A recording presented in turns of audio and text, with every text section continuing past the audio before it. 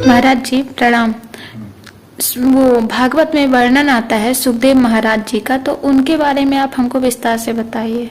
ठीक है, बताता हूँ। तो सुखदेव महाराज जी हैं वेद व्यास, भगवान वेद व्यास के पुत्र थे। ठीक है, उनकी जन्म की कथा इस प्रकार है। एक बार कैलाश में शंकर भगवान और माता पार्वती दोनों बैठे हुए थे। ठीक है, तो माता पार्वती शंकर भगवान से प्रश्न करती हैं कि हे प्रभु, आप तो अजन्मा है ना, आपका हमारे हैं, इसका राज्य क्या है ना, तो मुझे बताने क्या बात है। तो शंकर भगवान बोलते हैं कि एक गुप्त राज है, वो एक अमर कथा है। ठीक है, मैं आपको ऐसे में नहीं बता सकता क्योंकि आप मेरे लिए हैं, इसलिए मैं आपको एक गोपनीय जगह में ले जाता हूँ, वहीं आपको सुनाऊंगा। ठीक है, और शंकर जी पार्वती ऐसे बोलकर दोनों एक गुफा में चले गए। ठीक है, वही गुफा में शंकर जी बोलते हैं माता पार्वती को कि आप ऐसा करिएगा कि जब तक मैं कथा सुनाऊं तो आप सुनिएगा, है ना, सोइए, ऊँखी मारती रहिए, तो मुझे पता चल रहा है आप सुन रही है, तो मैं सुनाता रहूंगा, है ना। तो ऐसे ही हुआ। तो माता जो थी कथा सुनते सुनते सो गई, और वहीं पास क्या हुआ कि एक तोता का बच्चा वहीं पर बैठा हुआ था।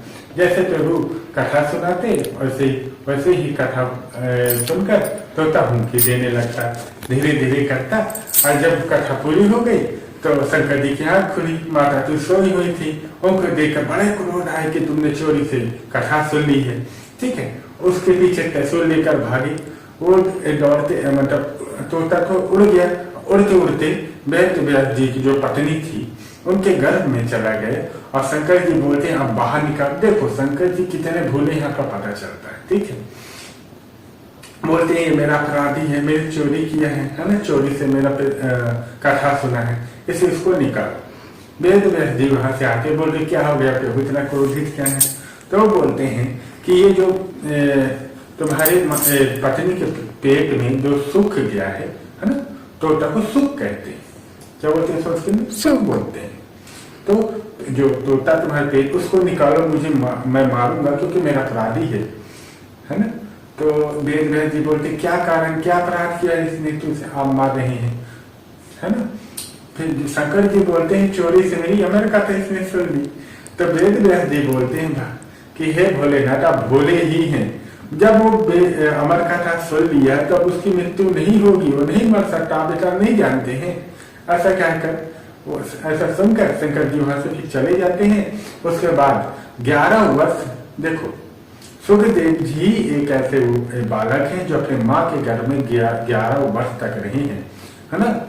तो 11वें वर्ष जब लगा तो उनकी माँ की बहुत पीड़ा होने लगी, असहाय पीड़ा होने लगी। तो वेद व्यास जी भगवान विष्णु से प्रार्थना करते हैं कि आप कृपा कीजिए, नहीं तो मेरी पत्नी मर जाएगी।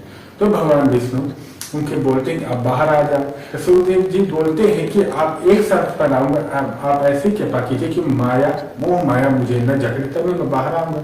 तो भगवान विष्णु आके उनके गर्भ में दर्शन देकर खुद वरदान देते हैं कि तुमको मेरे मोह माया नहीं आएगी, है ना। तो सुखदेव जी महाराज बोलते हैं कि आपकी भक्ति के सिवाय और कुछ नहीं चाहिए, मुझे मोह माया से दूर रहना है। उसके बाद बाहर आते हैं। अब जन्म लेते ही सुखदेव जी चले जाते हैं, संध्या धारण करते हैं। तो ऐसी कथा सुखदेव जी महाराज की है। वही आगे जाके परीक्षित राजा को भागवत महापुराण सुनाते हैं। बोलो परीक्षित सुखदेव महाराज जी की जय जय जय की जय, राधे जय जय सीताराम।